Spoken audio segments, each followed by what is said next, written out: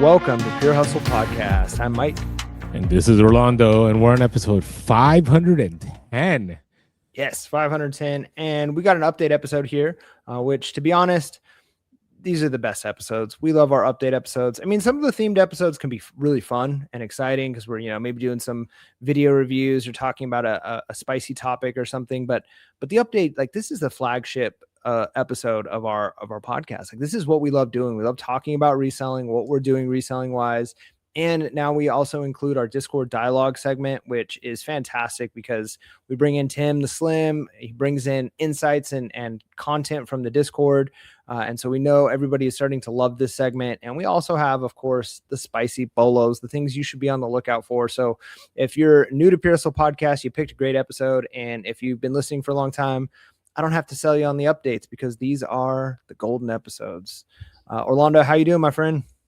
I'm doing fantastic. It's one of those things where I just always get reminded about how awesome reselling is, because even though I've gone from full-time to part-time, right, that part-time money is great. Like, it helps you out. Like, this summer, I was looking back at the summer, and there's a lot of things I was able to do this summer because of reselling, right? Like, I traveled a lot. I went to San Diego. I had the opportunity to go to Wisconsin because somebody helped me out with that. But then at the same time, I also needed some spending money, and I was able to have some spending money for that trip. I've been able to do it. My son goes to college in like 2 weeks, and I'm just thinking, like, where would I be if it wasn't for reselling, right? It's one of those things that, like, you never realize how much it'll change your life. And I always got to bring up Gary Vee in every episode, but Gary Vee talks about how 9 p.m. to midnight is maybe the most important time of your life. And I agree. I'll never forget, before I made the jump to full-time reselling, and I was an administrator, I was a VP, and I remember from 9 p.m. to midnight, like, I cranked on reselling. Like, I was taking pictures, I was listing, I was doing that like 7 days a week for like weeks on end. And I remember Gary Vee talking about how eventually your side hustle will be your main hustle, and then that'll allow you to continue to doing well on your regular 9 to 5 because you're not going to be stressing about money, whatever. And like, that's what happened, right? I mean, that formula happened. Like, I remember going into Mike and going, hey, when I went into his classroom and saying, hey, Mike, just give you a heads up. Like, I'm going to be a full-time reseller. And we started talking about doing the podcast and all that. That's not exactly how it went, but you know what I'm saying? And I just think about now, like, it's still part of my life. I think it'll always be a part of my life. And it's been fantastic. So lately, sales have been, good. It just, with the use of Vendit, allowing me to list consistently, and then being able to continually, be able to go through all the stuff that I have sourced. And I recently ended up sourcing a bunch of just some music equipment and some used homeschool books and stuff like that. Like, I've been able to keep things moving. So I want to encourage you all, like, maybe you had to go full-time or part-time. Maybe reselling didn't work out for you, or maybe, like that. I think of that one follower of ours who was like, I just got tired of stuff being around my house and I quit. Like, I'm going to tell you, don't quit. Like, keep it all in a closet, but keep selling, because you never know the money you're going to make. I did have a crazy moment though. This past week. So the post office I frequent, they had a robbery, and I was like, this is crazy. Like, this is wild. And it was during the time that, like, I go to the post office, right? I always end up being like the last minute guy. I'm always like trying to figure out, like, can I get there at a certain time? And then can I, make it in there before it closes? And then I'm like, wow, this is wild. So, I know I'm going to fit the stereotype of San Francisco, always bad things happen. But I'm telling you, it's not that bad. Okay. I want people listening that San Francisco is not that bad. But you know what?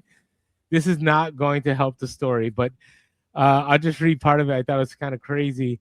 U.S. Post Office is offering up to $150,000 reward for information or robbery last week at the post office. Residents are being advised to monitor their financial accounts after the suspect or suspects stole 4 tubs of mail.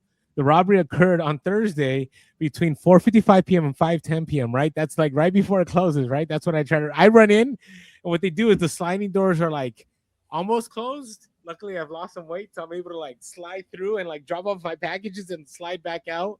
They know me, so they're pretty cool about it. But basically, like, the guy came in and assaulted a post office employee and stole the tubs of mail. I'm like, what is? That's awful. It is awful. It's terrible. But I'm like, I told my son, I'm like, you could have been there at the exact moment that happened. Because sometimes I'm lazy and I'm telling my son, like, get in the car, like, and let's go post office, and I make him run in there. But man, that was wild, right? Like, so.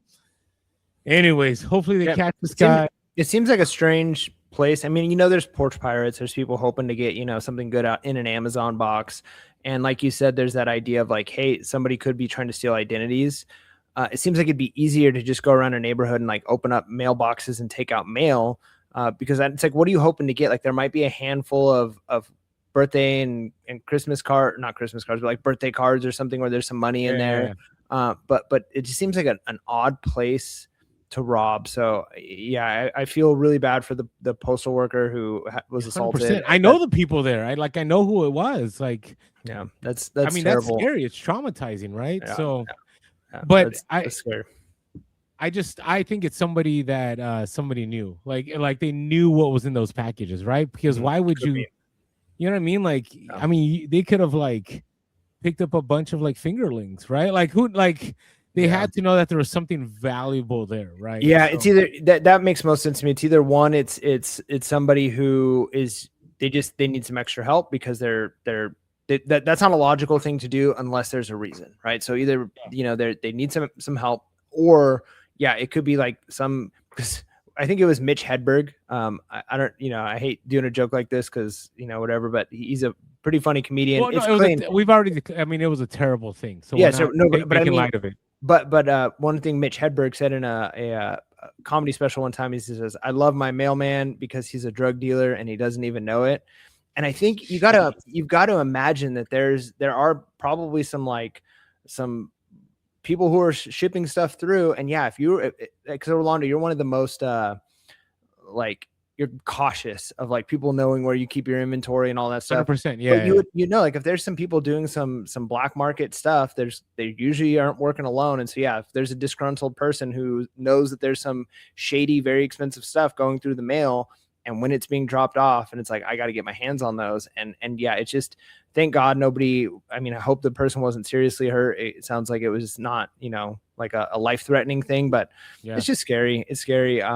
But you know, I'm glad you weren't there too. Like you said, no, that's what I could. It was on a Friday, and we were just there Thursday, less than 24 hours, like at the exact same time that this happened. So, just pretty crazy. So, all right, what's going on? Well, okay, but for me, just sales continue.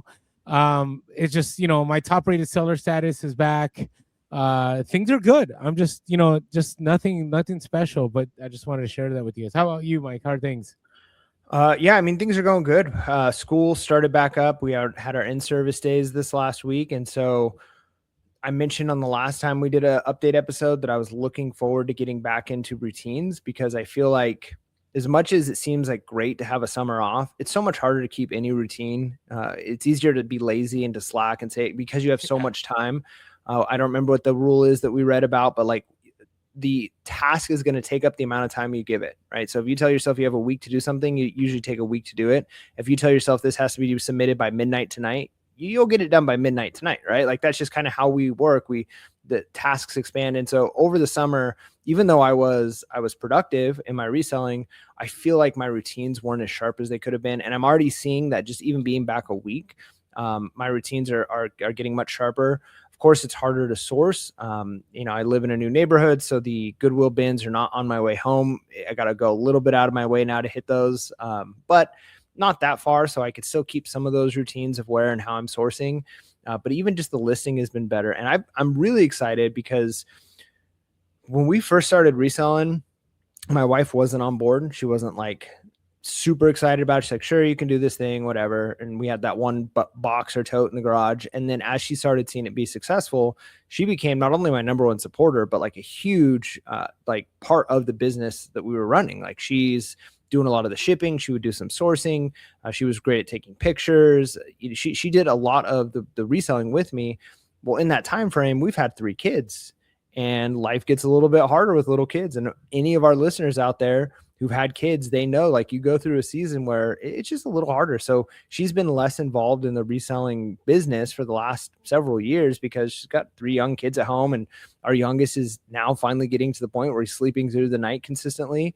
And she's excited to be back in the business. And I tell you what, with Vendit, with our AI lister that we've partnered with, she's crushing it, right? Like she can now on her phone take the pictures and get these listings done, because that was her least favorite part. She's great at shipping. She loves shipping stuff, doing all of that, a lot of the paperwork, but she didn't like listing. I always did the listing and the sourcing.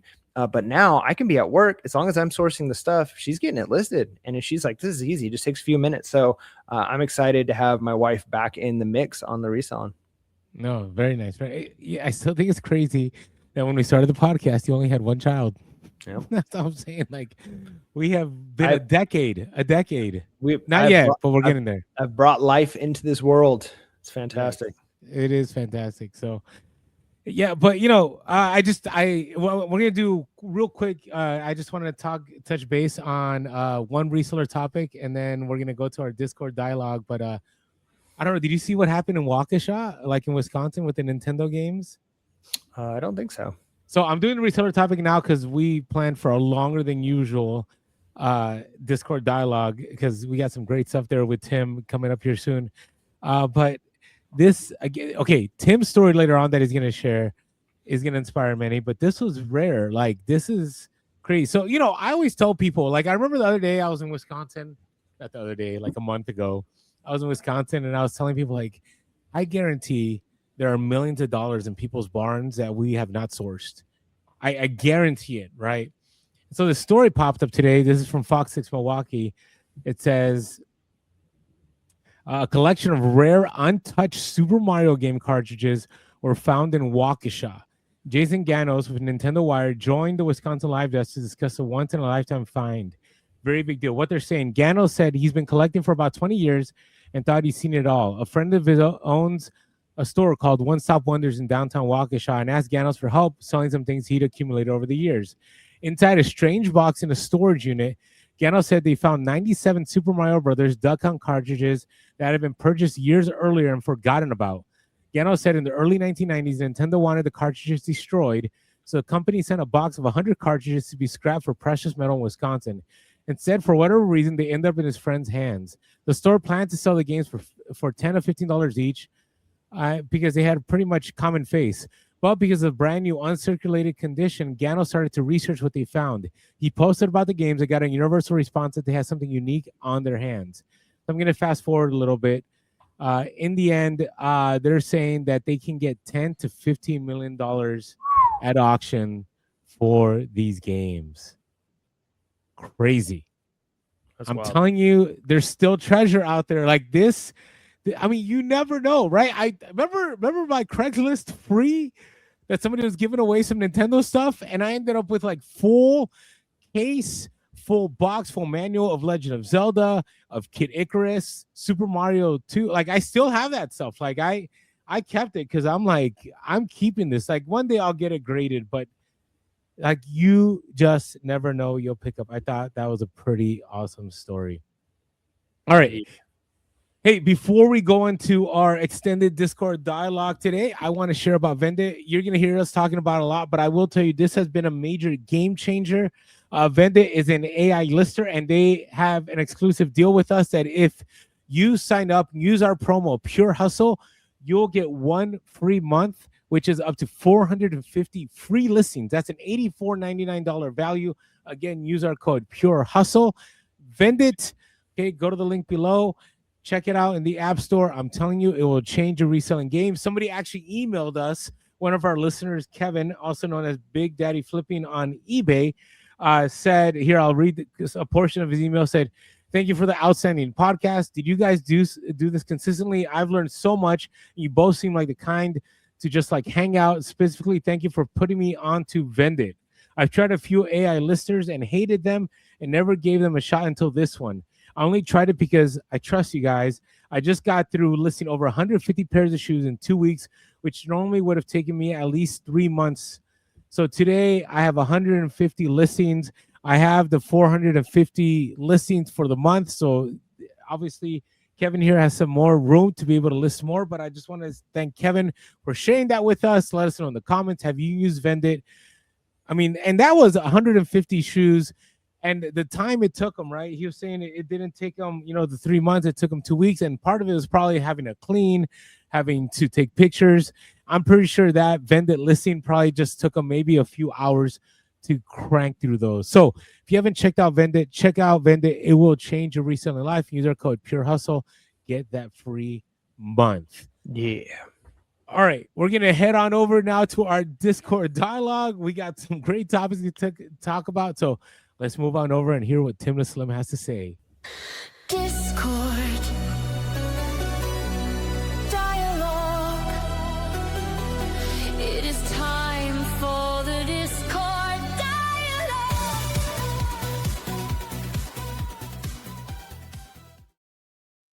All right, welcome Tim to the podcast. It is that segment that more and more people are commenting and saying that they love this segment. So people are looking forward to this. They're listening to me and Orlando speak in the beginning, waiting. Okay, when does the Discord dialogue start? And we are here.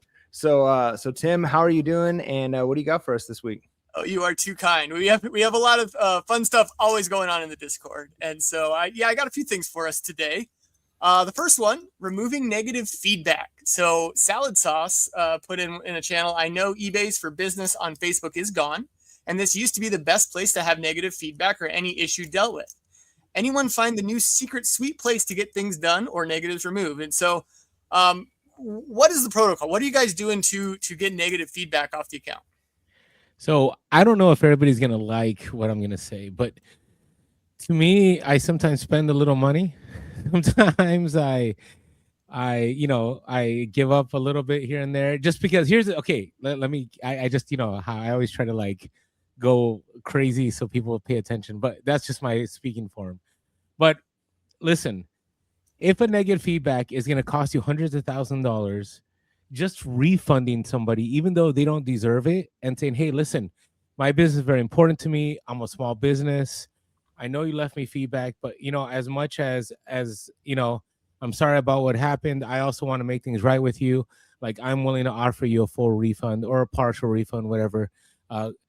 Would you be willing to update the negative feedback and give and work with the positive feedback? So that I always say that, right? Like, even, and I know that now you're gonna have all these people come in and order these things and give me negative feedback to get free stuff. That doesn't happen either. Like, I've talked about this on podcasts, but I have found it very effective because for me, I still have 100% positive feedback. Knock on my plastic table, but it's been, I don't know, a decade, right? That over a decade I've been selling on eBay. I want to say it's been about 15 years, and it's hard to keep that positive feedback. But I've had to sometimes just say, you know what, even though I am in the right, the customer is always right, and I know that's difficult. But to me, I think of the long-term game, right? Like, if I'm refunding somebody $30, $40, $50, maybe even $100, it's worth it to me to keep that 100% feedback. And most people that buy on eBay, they're not trying to scam you, right? No one's purposely going to buy, well, maybe now they will, but from Orlando's store and then put a negative feedback and, end up trying to blackmail me into getting that product for free, right? Chances are that that's very Tim the Slim that'll be happening. So I wouldn't be worried about that. But if you don't want to go down that road, you could also go down the other road and maybe just send a coupon and say, hey, listen, I'm so sorry that happened. Customer service is very important to me. Here's a 20% coupon. Please think about, the fact that the person that is selling to you, this is their primary source of income. This is important to them. I mean, you can give as big of a sob story as you want to give, right? You can just be real about it. But whatever it is, like, you got to bring out that emotional connection with that person. That's true. And some people are just cold-hearted and they don't care. And like, you could be like, have every single terrible situation in your life and they won't care.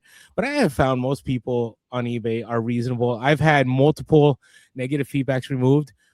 So that's one way. The other way is, you could try going down the eBay route and try to contact them so that it's still an option. But I always find that, number one, eBay wants you to make things right with the seller.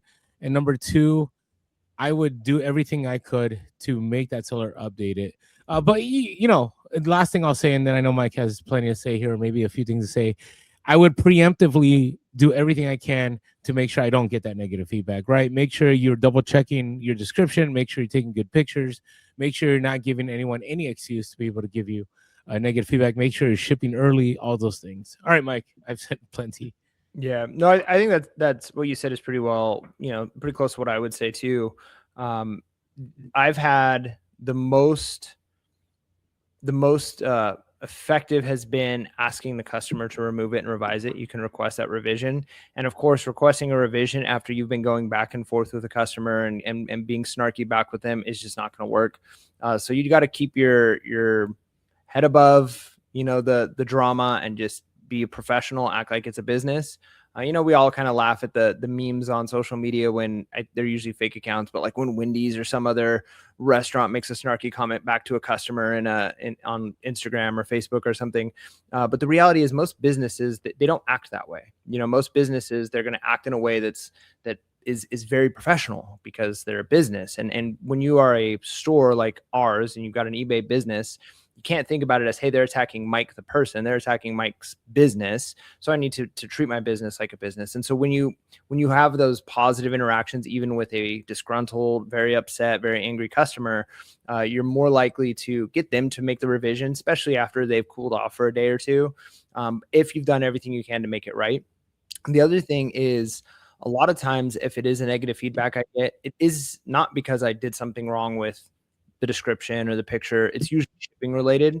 And that is one thing that even without the eBay Facebook, page where you can go to and ask for help, eBay will still protect you quite a bit when it comes to shipping issues, especially if you've done everything you can, because sometimes it's late scans at the post office, or sometimes it just got delayed, on their end. The customer's upset. They leave the negative feedback. I still always ask the customer to remove that negative feedback, but I also reach out to eBay. You click on the little button on the app and you make a little claim about it. And they're pretty quick to respond, especially if they can see you've done everything you can to make things right with the customer. And I've had it where they've removed the feedback, and then like a couple of days later, the customer responds like, yeah, you're right, that, I'll remove the feedback, but it's too late. It's already been removed. So if it's something else though, I don't know how often eBay is going to side with you. If you have concierge still, if you're, we're lucky enough to have gotten that, and it is seems like pretty much a lifetime thing, unless you lose top rated seller, you something happens where you lose concierge, your chances of getting it removed, it goes way up. But if it's something you're only doing once or twice a year and you're using the eBay system to do it, and you've done everything you can, I've had a pretty high success rate of having negative feedbacks removed. Of course, you call someone on the phone, you get a random person, they might say no. But just keep calling if it comes down to that. And worst case scenario, I know, Orlando, you're really big on never having any negative feedback, but that's also part of having a business. I mean, if you've got thousands of reviews and one or two negative feedback, I don't think it's the end of the world. I don't think, there could be some hit in the algorithm potentially, but overall, eBay is going to promote people who are making them money. So if you're got good ratings overall, you're moving product for them. I don't think they're going to intentionally hurt you more than is necessary, because they're hurting themselves by doing that. And ultimately, if I go to buy something on Amazon and I see it's 4.4 stars and it has a handful of negative reviews, that doesn't prevent me from buying it when I see it's got 1,000 5-star reviews and 5 negatives. That's just life. It's realistic. And sometimes it's almost awkward when you see something that's like, this is 100% 5-star reviews, there's no negative. That almost can feel more fishy. No, agreed. But again, it may sound fishy, but there's some people that they will look at the 100%. Now, we can go back and forth on that, but I would say anything over 90, you're good, right? I mean, and chances are, if you're shipping on time and you're doing the listing well, chances that you're gonna be under 90% are very slim. I don't see how that's possible. I mean, you have to be doing some terrible eBay listings and all that. Now, I do want to add one more thing. Keep your message short when you message the buyer. Don't go into multi-paragraphs. I've learned the older I get in life, even in my own school administration, shorter communication is better, right? So if you can be concise and succinct, maybe 3 sentences tops, because you don't want, first, you don't want to say something you don't want to say. And second, there is a proverb about you have the ability to stumble when you use too many words, right? So you want to keep it short. And then the other side is, like you just want to get direct to the point, because this person, like, you also don't want to occupy their day, right? You don't want to give them a whole page. Then they're less likely to read your message, right? Think about when a buyer messages you like this multi-paragraph thing. You're like, I don't want to reply to this person. Well, same thing should be on the seller side. When you contact somebody who gave you negative feedback, you just want to keep it short and say, hey, listen, I'm so sorry about this. Here's what I want to do to make it right. I would appreciate it if you could update my feedback. Thanks so much for your business. And that's it. And I would just leave it at that. So hopefully everyone found that helpful. That's been helpful to me over time. Yep. What about you, Tim? Do you have anything, any tips or tricks for removing negative feedback? Oh yeah. Well, I want to first address Orlando and say I think that he has gotten insanely lucky to not get the crazy buyer out there, because you eventually. Oh, I've had them. Yeah. Oh yeah. But you've gotten them all removed. And true. For me, it started there was a dark ages about 2 years ago or so. I don't know exactly when it was, when like eBay went hard on their, like, they will not remove feedback. They will not, like, they just said no. And then they've reversed course from that. Right. So now we're in a different space. But I personally have 5. Like I just looked at my account. I have 5 negative feedbacks, 99.9%. As good as I can on there. But I treat them a little bit differently now that yes, I'll reach out, but I kind of do have more of a protocol of what I do. And I'm not as vigilant about getting them off as I used to be. I don't resort to bribery as much, especially once you get that first one, right? Because then it's like, okay, you're at 99.9, whatever. But circling back to the original question of like what's the protocol? Like, what do I do? For me, I do all the same things. You reach out to the buyer, try to make it right, this, that, the other. Then there's actually you go on the eBay app, like Mike said, you can click and you can actually do the auto report or whatever, and that usually is filtered through AI.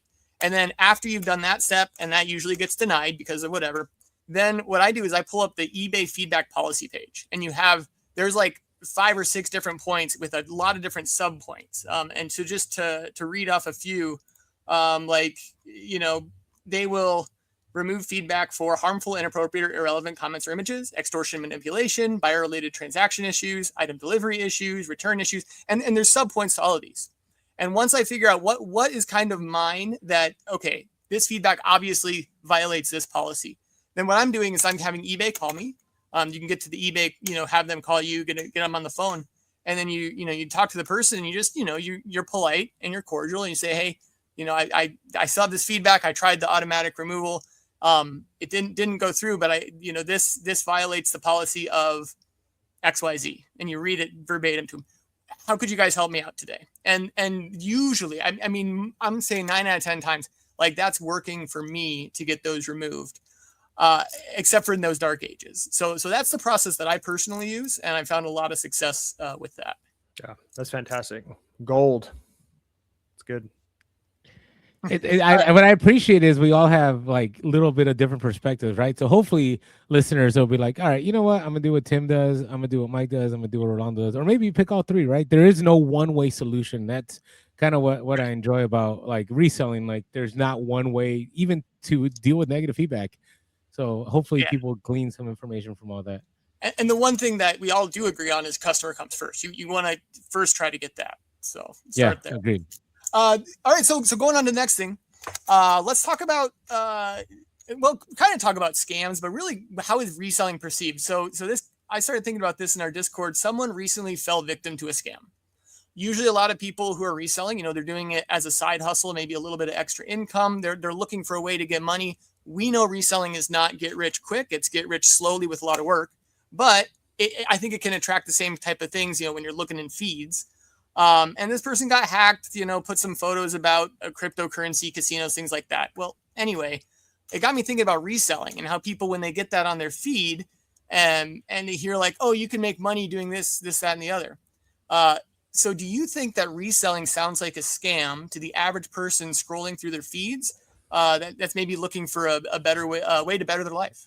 Yeah, I would say it probably does for a lot of people either seem like a scam, or they can legitimately kind of be pulled into a scam, because if you're lucky enough to have somebody in your life that is an actual reseller, they do the eBay thing, they do the garage sale thing.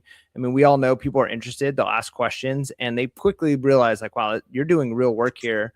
And they're excited for you when you tell them about your scores and their big hustles and all of that. But probably for vast majority of people who are just being introduced to it, it's through random things that pop up on TikTok or pop up on, an Insta reel. And the reality is there are a lot of grifters out there.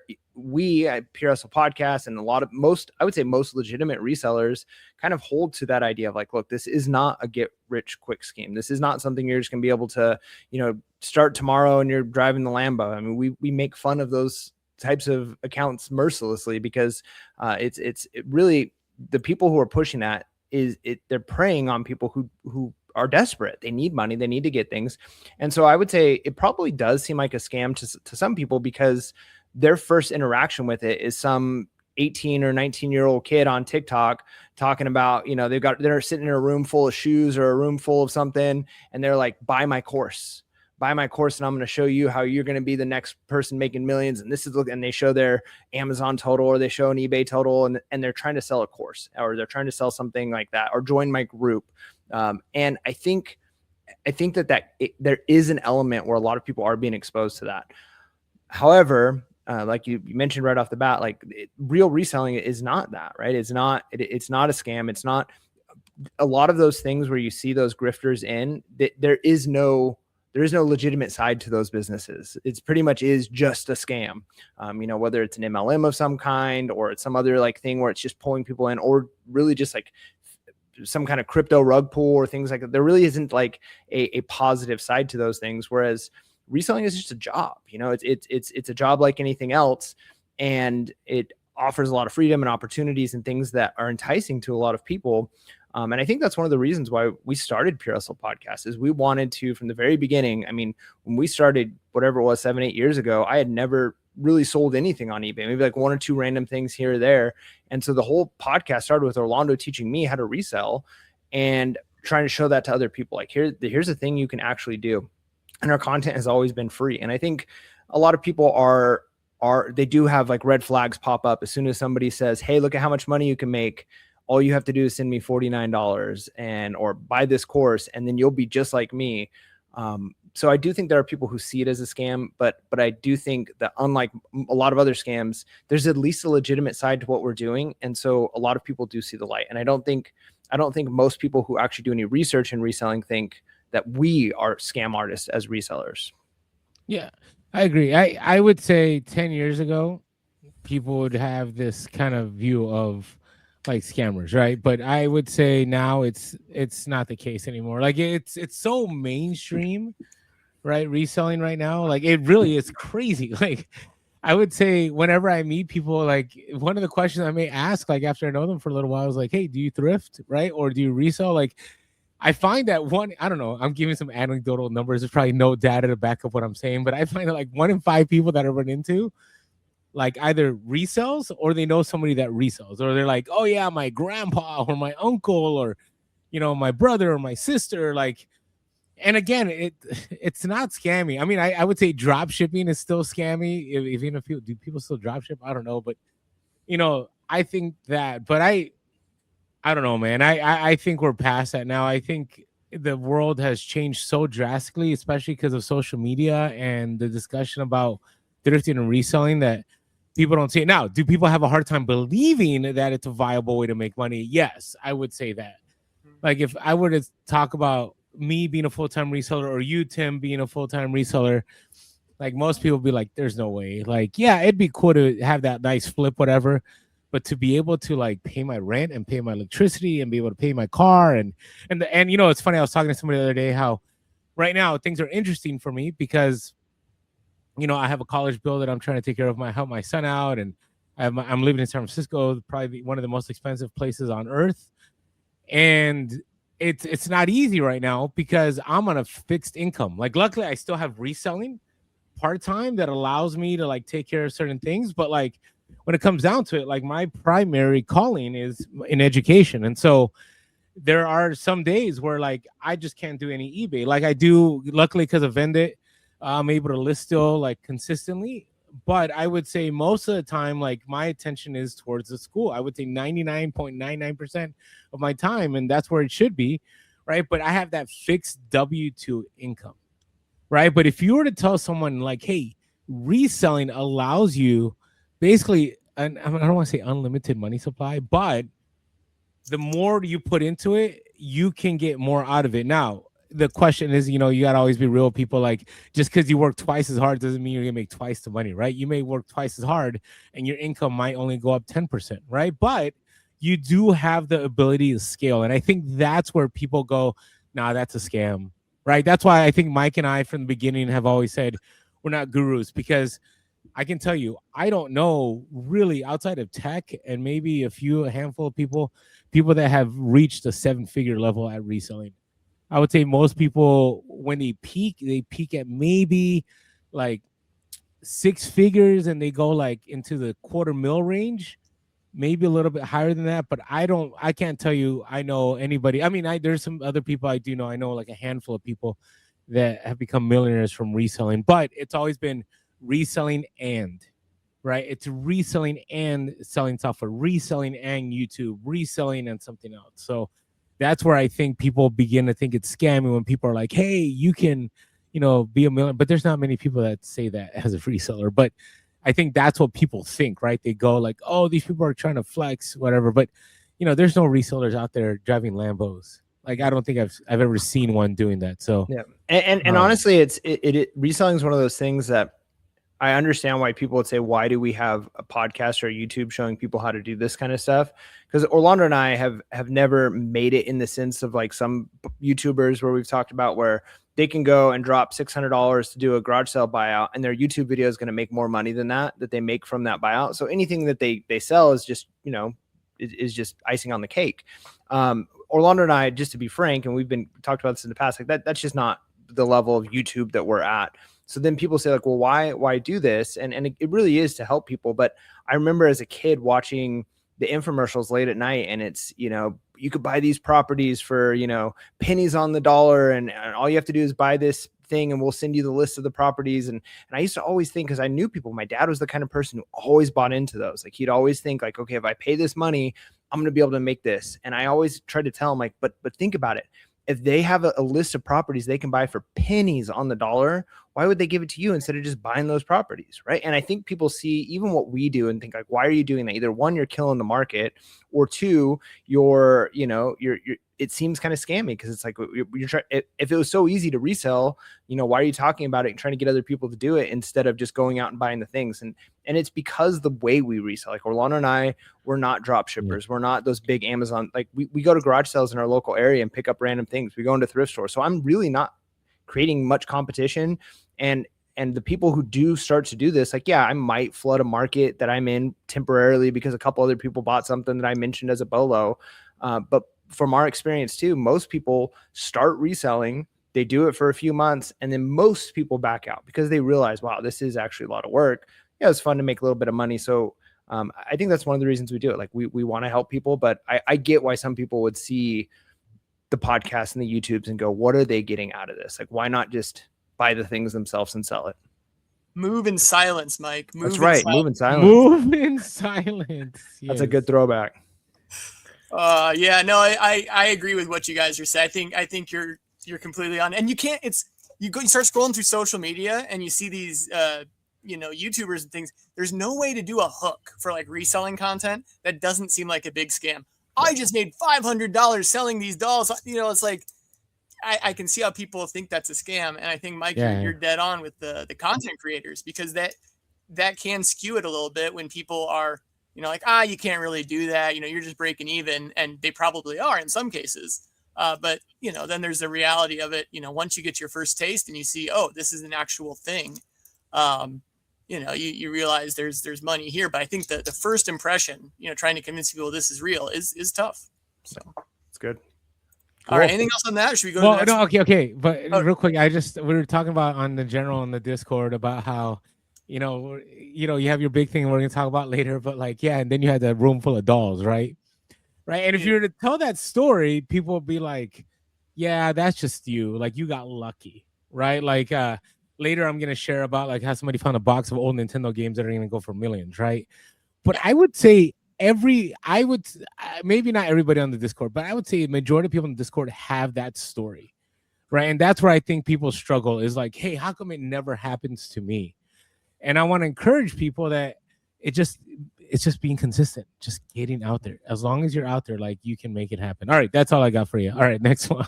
No, absolutely, absolutely. All right, so next one, cool old stuff posted. I know most of you know not to trust eBay's recommended price, but I just encountered an extreme example. I was lowering my price for an item from $1,250 to $1,100 and spotted eBay's most absurd recommendation. So on this $1,100 item, eBay recommended them $27.50. And the mind-blowing part is it last did sell in February for $28, but then again in March for $1,100. So some poor seller must have trusted eBay's recommendation and put it for an absurdly low number. So the question then is, do you guys ever use eBay's recommended price? And, I guess a follow-up too is, what hurdle might that present for AI programs?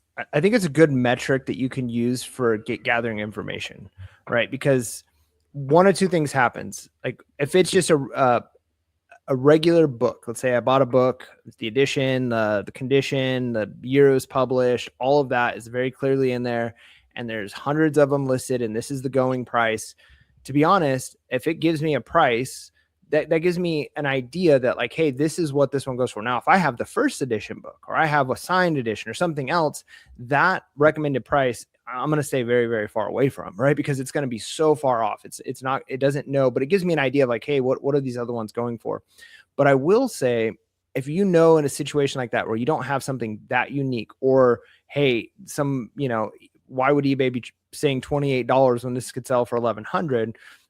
I have found that since I've moved more to like a fast nickel mindset, it is helpful to see, even if I'm picking up an item, what is eBay recommending that this sells for? Because what that does, even without me doing a lot of other research, if I know this is just like the stock version, it's not like a unique edition, that this seems to be a going rate for this item, even without having to look in other, find out sold comps, all of those things, because eBay wants those items to move. And so I know if I use that recommended sell price, if I'm still profitable there, chances are it's going to move quickly. And so I think it is something that's a valuable piece of information. It's a data point to look at. But I would be very hesitant to just automatically click that, right? Like, actually check those comps, but it can be useful information. So if I'm seeing that, hey, it's recommending $24 for this item, I could pick it up for $1 and I'd be happy to make $24 on it. Then sure, I'll do that. And then I'll do my research later to see whether or not it's actually like, a nicer edition or something else, or I can up that price. But if I know I'm going to be profitable on their recommended price, I know there's a good chance it'll move quickly. Yeah, I'm going to go with never, ever, never, ever, ever. Never.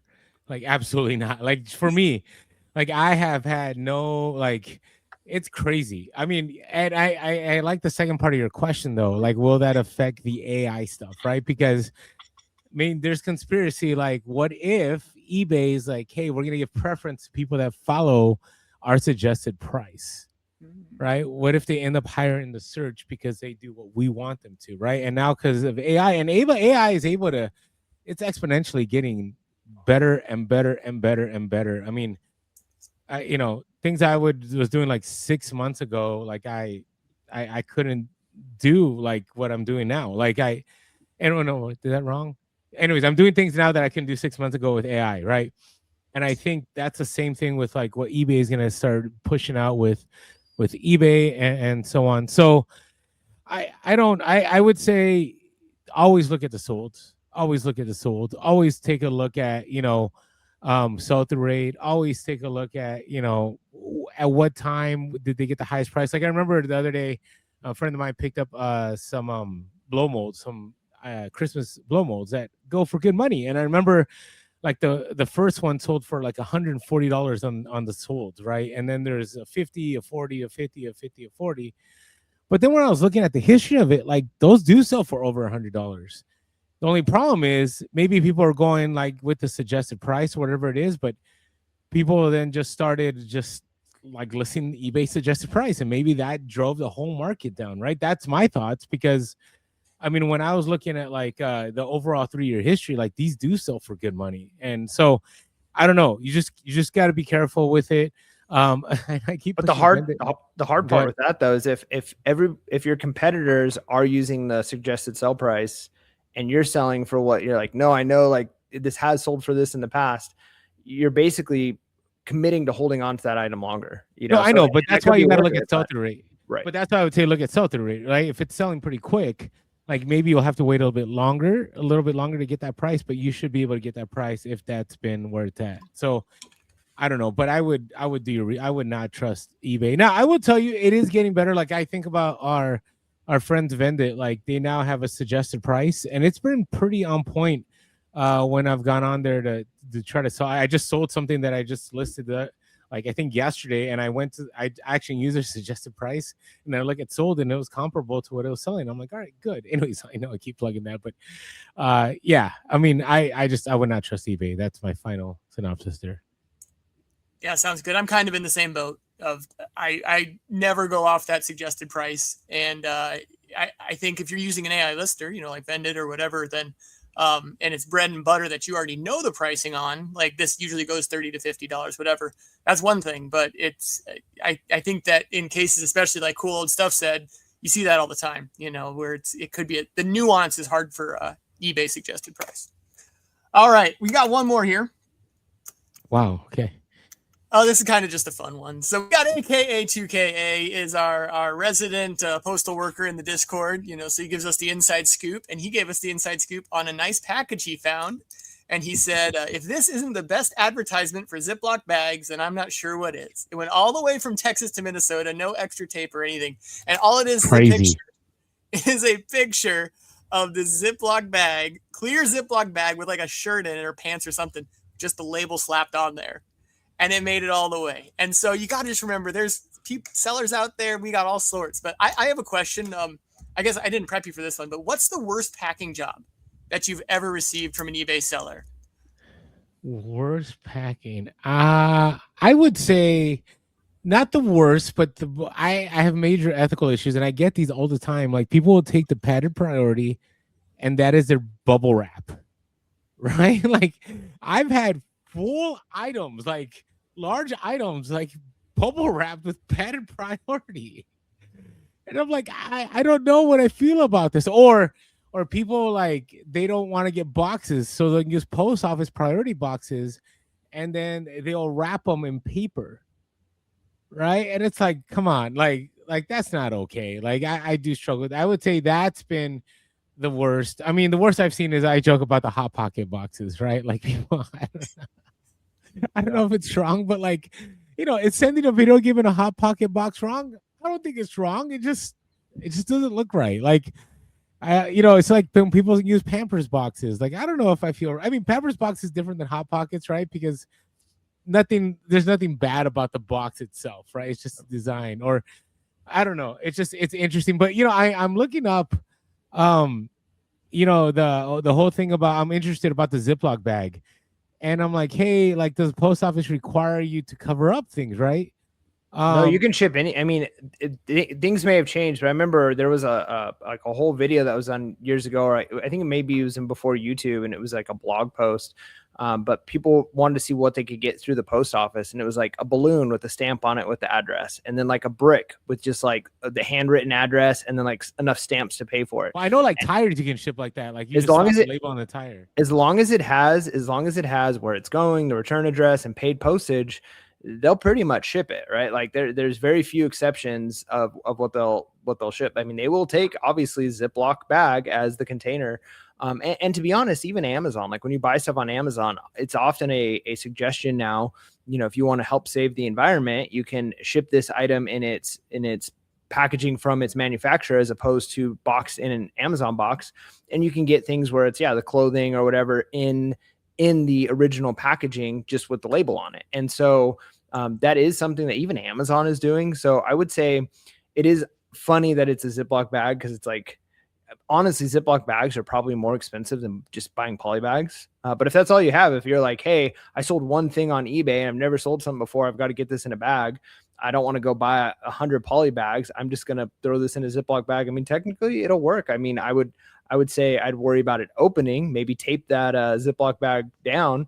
But it's doable. And going back to your question of like the worst eBay packaging I received, I don't really buy tons on eBay other than like eBay to eBay arbitrage. And so I really don't care. And to be honest, I'm probably the guilty one of sending some terrible packaging. I've done the Pampers boxes. I usually flip them inside out. So I'll cut it, flip it around, and then retape it up, just because it's like, hey, this is a big item, this box will fit. And a lot of times those boxes are actually thicker, and like, they're better cardboard. I would say the one I'm most ashamed about, this was earlier on in my reselling, is at the school Orlando and I used to work at. They had a big dumpster in the back where they throw boxes. And so I went and I grabbed a bunch that would fit this thing. I bought like 10 Risk board games that were like a special type of Risk board game. They were selling for a ton of money, and they fit perfectly in this box. That there were a whole bunch of them in the back of this school. And so I picked them up. Well, these boxes were to the cafeteria. And so they were like, it said on the packaging, it was like raw meat. On the box, it was like raw meat. And that's what I used to ship these in, because I'm like, man, these fit perfectly. It's a great box. I didn't get any complaints, and I'm ashamed of it that I did that. But I mean, the raw meat was inside of packaging. But I mean, I can only imagine, like, if that went to like a vegetarian or a vegan or something, and they're like, are you kidding me? Like, I bought this game in a raw meat box. Like, this is terrible. So I've done it. I've never gotten any like negative feedback because of those things. Not saying anybody should. Like, that was not professional Mike doing those things. But yeah, I've definitely recycled. And here's my tip. I don't do it enough anymore to make this worth it. But if you've got a thermal printer, it's basically free to print stuff on a thermal printer. And so if you're going to ship with recycled boxes like that, and especially if it's ugly, it's a Pampers box you flipped inside out. I've shipped in like big Topo Chico boxes.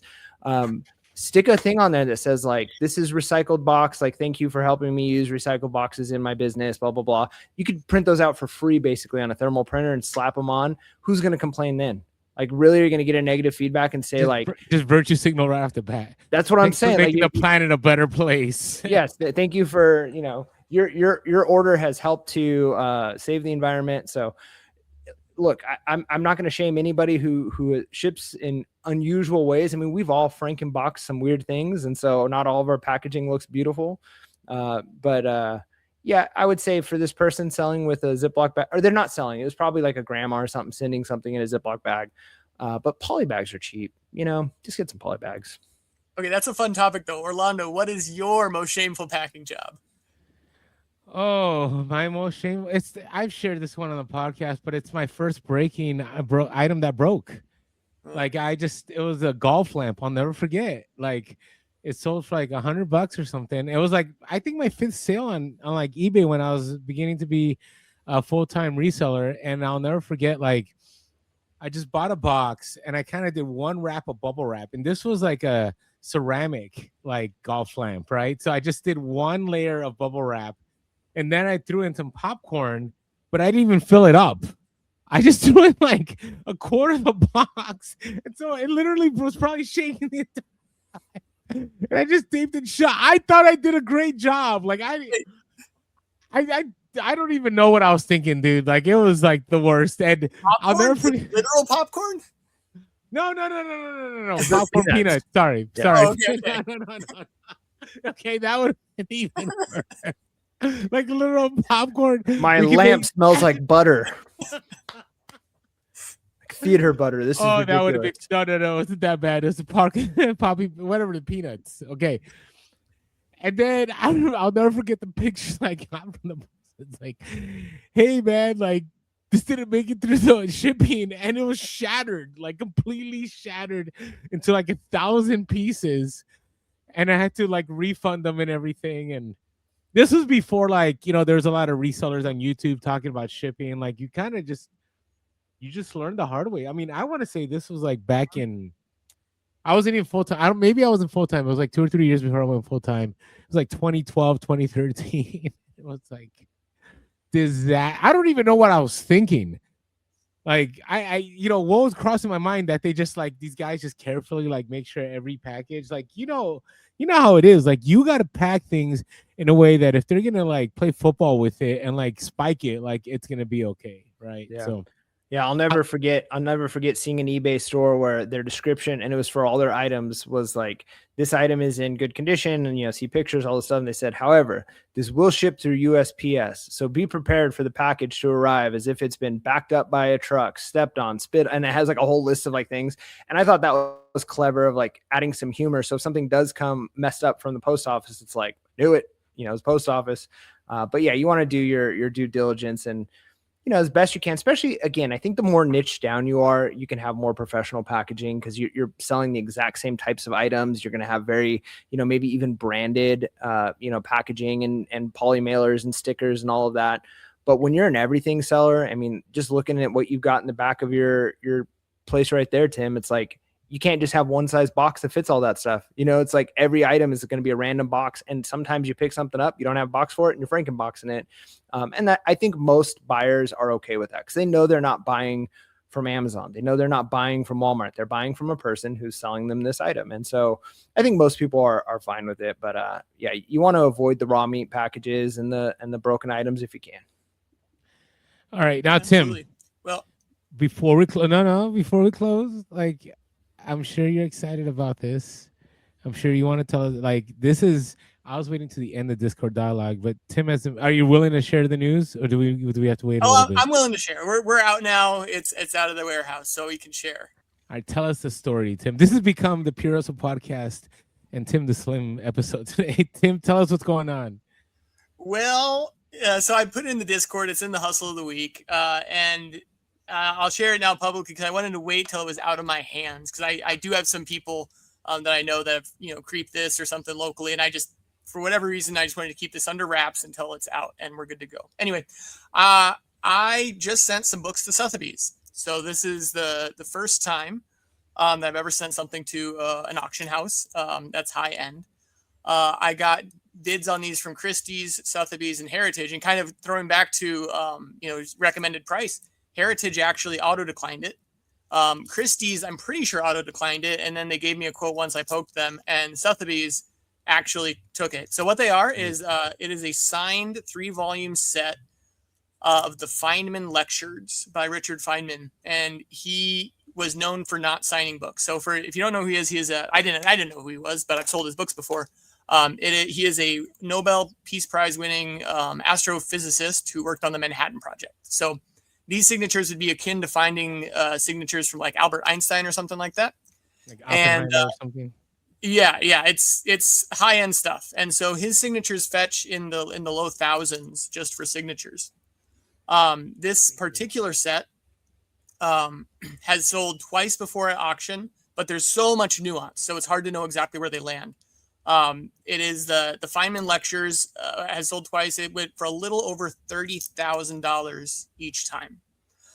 This set is a 3-volume set that has custom covers on it from a gift that the guy got from a university. So they sent it to like a binding shop and they ripped the original covers off, which is kind of unfortunate, but it also helps prove the provenance because he worked at a lab in California that he would have had access to Feynman to prove the signatures might be good. And Feynman signed each individual copy. The first two that we have examples of only had one copy signed. And he also did this thing. There's a Feynman diagram that he draws that's like an equation or something he's famous for. But anyway, all this to say that this hardcover signed 3-book set has an estimate from Sotheby's for $10,000 to $20,000.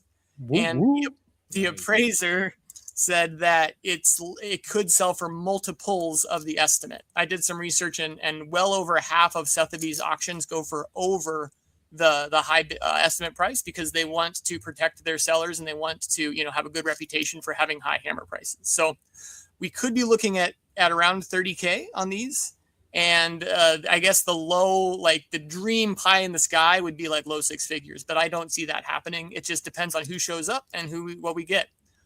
It also, we won't see it actually sell for a full year because they do their science and technology auction in July. And so this will go on auction next July. And so we have some time to wait. So yeah, pretty excited about that. We paid $15 at an estate to find these books. So wow. It's going to be a wild one. Yeah. for sure. And you know, I don't know what your plan is, Tim, because you're a business guy. I mean, we've had a lot of off-air conversations with you, and you know your numbers, you know how you're scaling, you know what you're doing to grow your business. So I'm sure the business part of you is just like, this is going back to the business. I'm growing and scaling, but also I've got to imagine that there's part of you that's like, hey, this is a bonus. It wasn't expected. This is additional. Do you have any plans? Like, hey, I'm getting this. I'm doing this trip. I'm doing anything fun, non-business related. Well, it's nice that the money's not going to hit for a year. I know. So we can't really spend it before it comes. But we're going to do an Alaskan cruise next year for Nice. Our anniversary, and then we also have our eyes on maybe a nice gaming table for Fantastic. the family room. So yeah, we'll spend some of it, but we'll definitely invest most of it back into the business. Now, a couple questions. Are you allowed to try to sell it in the meantime, or is it like now it's locked in, like you can't do anything with it? No, it's consigned through Sotheby's now. I've signed the paperwork. It's off. It's registered mail to them. So it's out of my hands. I will pay in fees 10% of the hammer price unless the hammer price goes over $20,000. Then I'll pay 12%. Wow, that's not bad at all. Okay.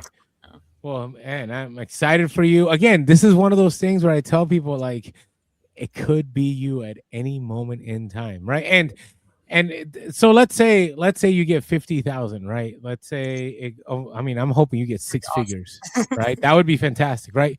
But I also want to remind people like it's very possible to get that 50,000 over a year just selling a bunch of items, right? So yes, is Tim going to get that one shot where he's going to make that good money? Yes, he will get that one shot.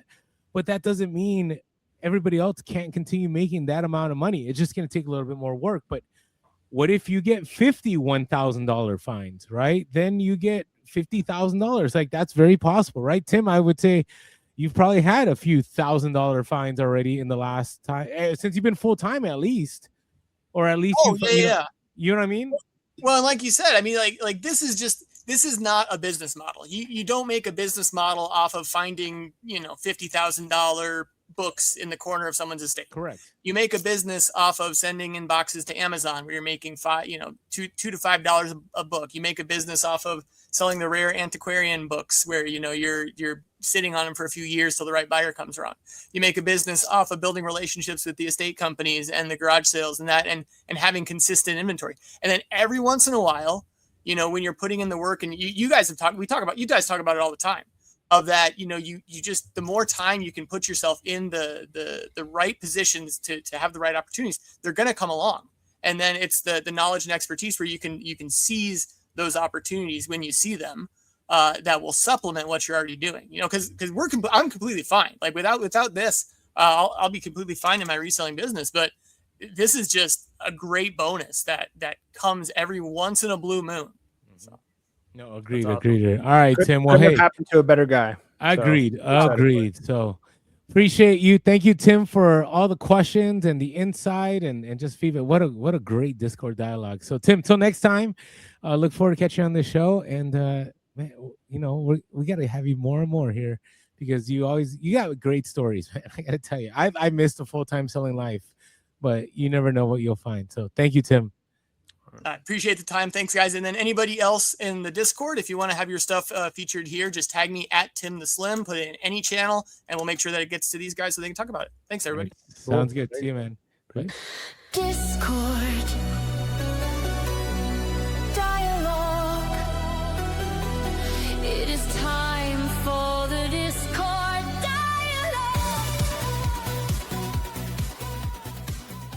All right, that was a fantastic section, and man, just like I meant what I said. Like the finding those books couldn't have happened to a better guy than Tim. Those, Agreed. It happens, right? Like you'll find things if you're out there, you're sourcing, you're looking for stuff, and he's consistent. He's out there, he's grinding, and it happens. So if you're new to reselling, and sometimes it's things like reading a story on Facebook of somebody finding like a rare art piece or like you talked about at the beginning of the episode, some Nintendo games, and like that sparks somebody like, wow, there's a lot of money out there. That's not the norm, right? Like that's not your everyday, but if you consistently are reselling, man, there is treasure out there to be found. So I love that segment. That was fantastic. But now we've got another segment we love, our bolos. Bolo. What's your bolo? All right. So our bolos, it looks like, are a little bit similar this week, Orlando. Are they? Okay. So for me, I'll go a slightly different route, and I'm kind of stealing from one that you've mentioned before in the past, but it's that time of year. It's the start of a school year, and a lot of times teachers, depending on the school district you're at, you get some kind of a budget. Maybe it's a department budget, maybe it's an individual budget, and some schools are very strict, like you can only order through Office Max. But sometimes departments will get a specific budget, like, hey, you've got a few $100s you can spend for things you need for your department, and specifically things like history DVDs or VHSs, especially VHSs. A lot of times people are looking for specific ones, right? They want to find that like Civil War documentary. They want to find that documentary that was done. And a lot of those things, they're almost impossible to find otherwise. And so teachers are willing to spend money on those things. And I can't tell you how many times I'm in a thrift store or I'm at a garage sale and you find those. Like you find the whatever it is, the History Channel classic 5 VHS set on whatever event. And most of the year, those aren't going to sell very well, but right at the start of school year, when you're looking at end of July, August, part of September, a lot of times those types of things move. And so don't be afraid to pick up stuff. And that really goes for anything that's school related. It can't be things you could just go into a Walmart and buy, but think about when you were in school, what were teachers, using and showing their kids, and maybe even interesting posters. Another thing that I would say too is, ergonomic, like keyboards and mice and stuff, like those are always will sell because people work in offices, but a lot of times teachers are looking for those things too. So be thinking about the start of a school year. What are students looking for? What are teachers looking for? Agreed. All right. I will say, homeschool stuff. Like right now, people are starting the homeschool year, right? And they're looking, especially for stuff that's discontinued, right? Like I find all the time that people are saying, hey, I wanted the 3rd edition, because these textbook companies are notorious for like having 6th edition, 7th edition. All they do is just change the cover of it.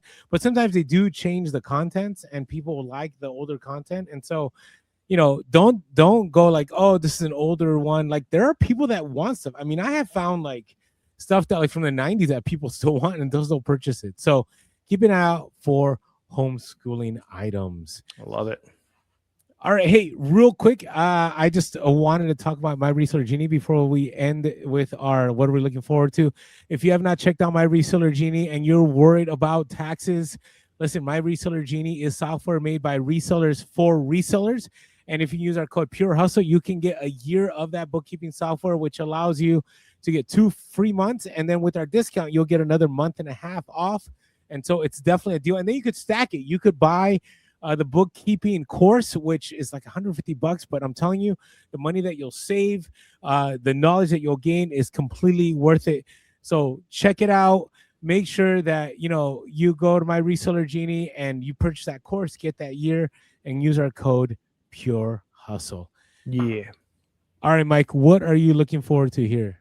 I'm bummed to not be able to do my Fridays anymore at the Amazon return store, but one day that I kind of had been skipping was the Saturdays there. Obviously Saturday garage sales are great, but I tended to go to the Amazon return stores on Friday, which is their expensive $8 day.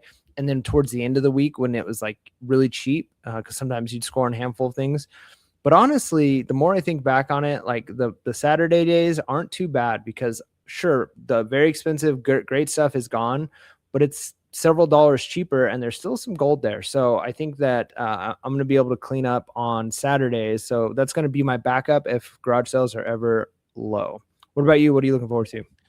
I am still aiming for my 2,500 listings. I'm getting close to 1,800, and it's not because I just haven't had enough to source. It's just time, right? Busiest time of the year with school, and so that is my priority. 99.9999% of my time is towards that, and so I'll do that. But I'm just looking forward to that. I am just looking forward to Q4. Like right now, like you may not see the gains from all the listing that you're doing, but you're going to start seeing them in October. Like people start buying early. So get those listings up, make things happen. Make sure to even, jump in our Discord. If you haven't jumped in our Discord, because there's going to be all this knowledge that is shared. at that time. And so do that, because it's funny because we talked about Discord dialogue, but we never talked about the Discord itself. But you can check us out. There's a link below. But I will say, like, I am looking forward to just listing. My goal, I'm going to say it right now, my goal is by the end of October to have 2,500 listings. That's kind of crazy. Now, will I hit that? Don't know, because if sales start coming in, like, it just gets harder, right? Like, and again, the more listings does not guarantee more sales. Somebody was just sharing the Discord. I think it was my Nemesis Secondhand Solo, that they have like 450 listings, but like their average sale price and the sell-through rate is incredible, and they're doing really well. So there's no need to be like, oh, I need to have 5,000 listings.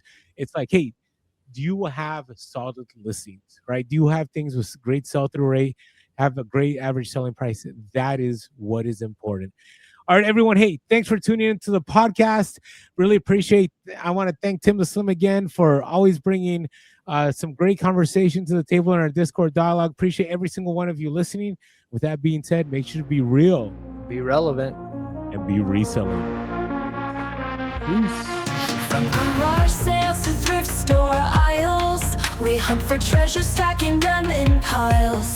Hustling hard, making deals all day, flipping finds, turning profits